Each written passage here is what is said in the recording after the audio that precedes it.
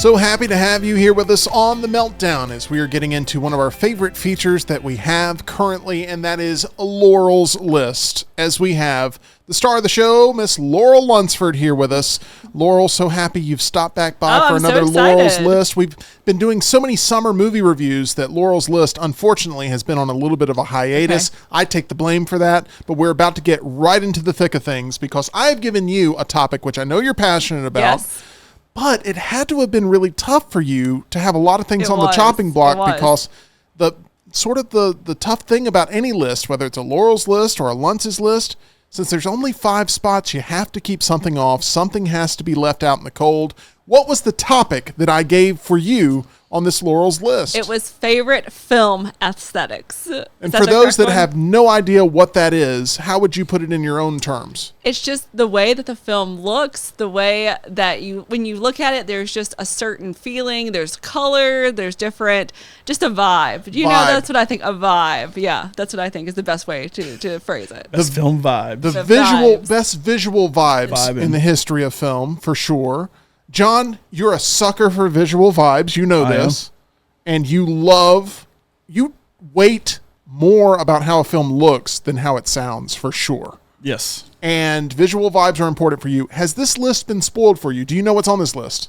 I don't know what I was actually going to make the list, but this is like with my list. Every now and then when you give it to me, I'll tell Laurel, and she's like, oh, this, and she'll help me. I'll throw some things out there. We probably ran through 50 films this morning, going over it, like, oh, that's a good one. Ooh, that's a good one. Oh, that's a good one too. So I'm not sure. There's one I know 100% will make the list, and it's the first one that was said this morning when we were talking about it, but I don't know where it will be on the list, but there's a lot of good ones to choose from. Okay, I want to start off with number 5, that coveted spot, because this one is the one that barely made the cut compared to number 6. Where are we starting? I knew I had to have a horror movie on here. And I will say the two that did not make the list that were close with this one is Halloween, because I feel like the 1978 version, it has that old-timey, like that retro, kind of like how Late Night with the Devil kind of felt, that very retro original Halloween that feels like fall. Like when you watch it, it feels like fall. And I love that about that movie. Even though it's summer in California, yes, it does feel like fall in the Midwest. It feels like fall. The other one was Crimson Peak, which not a lot of people really like that movie. I feel like it's kind of got a cult following now. It's not really a horror movie, but it definitely has that beautiful Victorian vibe. I immediately know what you're talking about visually when you talk about that movie, yes. For number 5, and this is going to coincide with one of my most anticipated movies coming out in a few weeks, actually, is Pearl.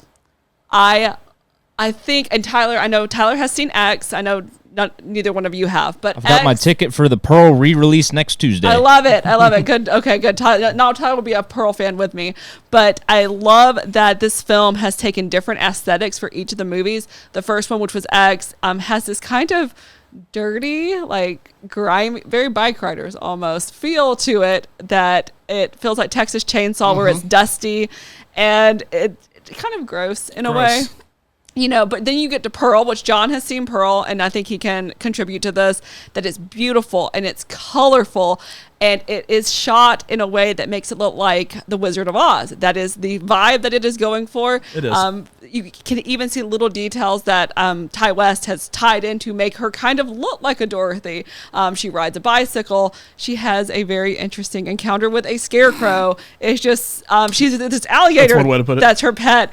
And the look of this movie and the feel of this movie almost has like a Disney, also like a Splash Mountain, like where the characters, you almost think the animals might start talking at some point. That's just this creative outlook that they've created for this character, but she's doing the most sinister and evil things with this beautiful scenery around her. I'm going to throw out a real oddball analogy here, and you tell me if I'm way off. But what I've seen of Maxine so far, right? The visual vibe I get, stay with me here, is the Terminator. That's the same sort of visual vibe. Am I way off? Or No. Yes. Okay. It feels very much like the Terminator. Yes, very 80s, and that was the time when Terminator had a little bit of the Midnight feel to it. Just a little bit very of that. dry. very drive inspired too. Yeah. And so I think that they've done a really good job of taking that kind of the 70s that they started with X, and then kind of doing this. I guess what time span was that? It's like the 40s, like World War II. Her husband's off to the war. This colorful, vibrant Wizard of Oz world, and now they've moved into kind of this very grungy, neon world of Maxine. Do you think if we were to do a Laurel's list 6 months from now about greatest film trilogies of all time, that this would be right in the running? I think from what I've heard, you haven't seen Maxine yet. I saw that people went to go see it last night. There was a special screening, which I would have loved that you think you're going to see Pearl, and then it turns out you're actually going to see Maxine with the director. Oh, wait, I hadn't seen Pearl yet. Exactly. And Lily Collins. If this happens to Tyler next week, he's like, damn it. I would be so jealous. But people are saying it is like an 80s version of Once Upon a Time in Hollywood. And I loved that movie, so I think that is going to be a great ending chapter for the film. See, this is your version of Joker 2. For me, Joker 2, I'm so excited about it. Joker's got good aesthetic. It has a very muted kind of tone to it. I will be disappointed though if Maxine, when you say Once Upon a Time in Hollywood, I don't at all. It's not like an 80s feel necessarily. Like I don't get that midnight feel. I'm going to be very disappointed if Maxine does not act like the trailer is. I think it will. I think it will. I agree. They said it's that if you love old slasher movies like Halloween, Friday the 13th, it pays like homage to all of those, and I think that people are going to love that. And I'm doing something that you probably hate, Laurel. I'm going into Maxine without having seen the other two. And then if I love Maxine, I'll watch the other two. That's the way I'm going to do it. Tyler's doing it the right way. X and Pearl have been in theaters this week, Tim. You had the chance. And you liked X, right? Yeah, I liked X. There we go. I liked it. It was very Texas Chainsaw. Tyler, the only reason I haven't seen it is I had a friend that recommended a 4 out of 5 movie for me called The Bike Riders, and I decided I was going to go see that instead and use one of my A-list on that. And I ended up, that friend disappointed me because their opinion on that movie was way wrong. Well, I'm sorry you went to go see a new movie. Okay. I feel so bad for you. This is our Bike Riders review after all. Let's go with number 4 on Laurel's list. Number 4 is a director. I bet none of you probably really care about her movies, but I'm a fan, and that's Sofia Coppola, and I chose Marie Antoinette. I thought you were going to go with Priscilla for a second. I thought you were going with Lost in Translation. That's another good one. And we talked about Priscilla this morning. We did talk. That was a close one, but Marie Antoinette, I think it came out in 2006. It has Kirsten Dunst in it, and the movie at the time, I don't think it was a huge hit. I think it was a big enough hit, but people now reference that film all the time. I see so many TikToks, especially of teenage girls trying to emulate. You know how Bridgerton, it was kind of before that. That's kind of this, of course we know it's a very tragic story, but you see all these things happening with this fun pop music in the back and them having this colorful, kind of pastel, dreamy aesthetic. That's kind of what she goes for. And I think that people love her and Kirsten Dunst working together. In fact, I think it was about 2 years ago, she actually did her pregnancy. She announced her pregnancy in the same area where she was Marie Antoinette, and Sofia Coppola actually shot the picture. So I think that shows that close relationship of a director and an actress that they work. Look at this research. Now, you never drop the ball when it comes to Laurel's list, but I'm always impressed when somebody goes above and beyond. Yeah. If you bring the same level of intensity to Meltdown Triple Threat Trivia for the championship round, if there's Sofia Coppola questions, we're going to be good to go. We're going to be set. So far, a very strong list. Number 5, Pearl. Number 4, Marie Antoinette. Where are we going with number 3 on Laurel's list? Number 3 is a director who I also love and I think is known for his aesthetics. That's Wes Anderson. I would have to choose one of his films, and I love Moonrise Kingdom. I think it is such a sweet story about these young kids and, this kind of first, almost like a summer love. And it's got so many great actors in it, but there's shots that I just think of, wow, yeah, exactly, that I think of. And I love the scene of her it's kind of in this beach town. And I love the scene of her atop the lighthouse when she's got the binoculars and, she's, when they meet up and she's got the little kitten that's in her bag. And it's just this, again, much like Sofia Coppola, they have this kind of dreamy pastel look on life, which I think, we all wish that life could look like that. And in these films, we get to see it. I wish Asteroid City had been released in 2024 because it would be looked at as maybe the best movie of the year. It's beautiful, too. I agree. I really liked that movie way more than I thought I would. It wasn't nearly as pretentious as I thought it was going to be. It was much more endearing. I was a big fan. And I'll say this, and when you were giving me this list, when you think about aesthetics, there are directors that they stick to it. and people might hate them for it, but I would say Sofia Coppola, Wes Anderson, and Tim Burton. They are 3 people that, even though people might say, oh, this all looks the same, or I don't like this, get away from it, they stick to it, and it works for them because they have huge fan bases. Far from my favorite Wes Anderson movie, but The French Dispatch, which got lost in 2021, I think is by far his best aesthetic. It's 3 different stories, so it kind of creates some different ones, but it shows his like talent off. But Moonrise Kingdom, probably my favorite film that he's done, though. Let's go ahead now and move on to that number 2 spot as we are inching ever so closer to that number 1 favorite film aesthetic of all time. Where are we going for number 2? Number 2, it's summer, so I had to pick Call Me By Your Name. A beautiful Italian, backdrop with, I know that movie's a little tainted now because a lot of people do not like Armie Hammer because... I'll tell you what's tainted, the peach. Oh, gosh. All right, I'm leaving. Bye. This has been The Meltdown. But I think That's what that she film said. the film is beautiful. It's very quintessential summer. I think a lot of people would say that is a good summer film to watch. There's, I guess there's a lot of interesting scenes in it, but John and I were talking about this morning. I feel like it also kind of paved way for other movies that kind of are Saltburn. Yes. Yep. Like Saltburn, like there's so many things when Jacob Elordi is like reading that book by the pool, I immediately think of Timothée Chalamet reading. And again, not the same. I'm not saying these 2 films are similar at all, but the look of this film and the animated Pixar movie Luca are very similar. Right. That's Not the only thing you're the saying same. here. Yeah, not that's saying exactly that they all are, you're saying. Not saying that they were like in any way. I mean, you but could like say more, I think. 2 but yeah. boys, Just call it by its name. Yeah. But 2 boys living out in the Italian, countryside, Yeah. I think is beautiful. Okay.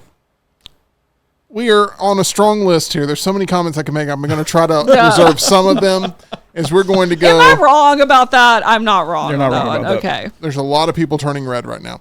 Let's go with number my 1. God. It's getting worse. This list has a lot of soul as we go to number 1 here on Tim, what do you Laurel's think it list. is? Easiest choice. Come on. It'd be number 1 for all of us, I think. Well, maybe not Tyler, but La La Land. Yes. I think La La Land, is a movie, is probably one of the best movies in the past 10, 15 years. I think that is Tim's favorite of all time, isn't it? It's my favorite of all time. I love it. I think it's a movie I can watch. I never get tired of watching it. Like, I saw it probably 10 times in theaters. Like, I really did. I saw it so many times in theaters. I never got tired of it.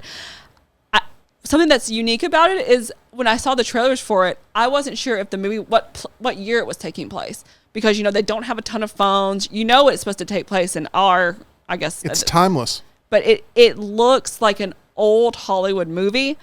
And it feels like an old Hollywood movie, but it's current and updated and fresh. And I think it has stayed fresh. Like, the scene with the girls dancing where they had the different, the different colored dresses on, the scene where she's walking in and it's snowing, when she sees him playing the piano, the opening scene when they're dancing, everyone has a different color on. You know what I have found to be the dividing line of La La Land haters and lovers? And that is, if the viewer has ever truly felt love in their life, they tend to find the beauty in the movie. Yes. But if they have not been experienced enough in life to have felt what that feels like, right, that passion, that heartbreak, that deciding sometimes your paths have to go different directions, if they have not experienced that in their life, they find it harder to connect to the source material. Yes. And I just find it to be the most beautiful movie ever made. Yes. And the last 10 minutes gets me every single time I watch it. And the thing about the last 10 minutes, I remember, I guess because I believe you 2 saw it together, was, at the end, I almost thought that it was going to be like another fake out. Like, this is what happened in the movie didn't really happen. Like, really, they met and they got married and, they had the child and all that. I was like, oh, okay, so this is what really happened. And then when it fades out and it's like, oh, no, like this really did happen and they didn't end up together, which I think, as heart-wrenching as that is, that's what makes the movie real. Like, that is real life. Like, sometimes people don't end up with the people that they think they're going to end up with. See, I have a secret obsession with another movie that ends up very similarly in The Breakup. I think it's one of the best movies. I think so too. I love The Breakup. I am obsessed with that movie. Laurel and I have the same film taste all the time. And I got to deal with both of you. I'm sorry, but The Breakup is a beautiful film. It really is. And I love the ending. Yes. and the thought of those two having to go their separate ways, but having benefited from the love they had, it's a very similar thing to La La Land, just in a different package. And I almost wonder with both of those movies, there is kind of an opening that you think maybe down the road, like, would they ever encounter each other again? Like, would it be? Depends if the actors need a paycheck for a sequel at some point. No, That's I'm what just, you know what I'm saying. But yeah, I just think it's I just love the way it looks and the way the scene where they're on at Griffith Observatory where they're dancing. Gosh, that scene. I mean, it was planetarium. Yes, beautiful, just beautiful. I can't talk enough about my love of La La Land. It's fantastic. This has been a very strong list. Laurel, thank you for sharing your list with us. What is the number one answer of the thing that pained you the most that you haven't already mentioned that you couldn't find a spot for on this list? Maybe the ultimate honorable mention. You mentioned Halloween already, obviously. I'm curious as to if there's just one that you really wanted to try to find a spot for. There was one that I think of this, and I like this movie, but I probably like the way it looked, and it's a popular movie, Little Miss Sunshine. I think that one with the yellow and white, especially with the van, and it's also kind of like a little Wes Anderson-ish. Yeah. Another movie that's shockingly like Wes Anderson is Paddington 2, and a very good movie. That movie is excellent. One of the best sequels ever made, and people will laugh at that, but it's just the truth. Yeah. It's really, so those really two. good. Yeah. I'm ready for Paddington 3. I'm all about it. Let's Paddington in Peru, I believe it's called. Yeah. Who would have thought Paddington being in the conversation for best trilogy potentially of all time? So we'll see. All right. Paddington and the X trilogy. Talk about two different ones. I love the way things look visually, including when those slot machines are going off. John, you seem to be getting those free wheel spins all the time, not only in Meltdown Triple Threat Trivia, but right there at MyBookie. I do. Go to mybookie.ag. Promo code next round. You see it right there.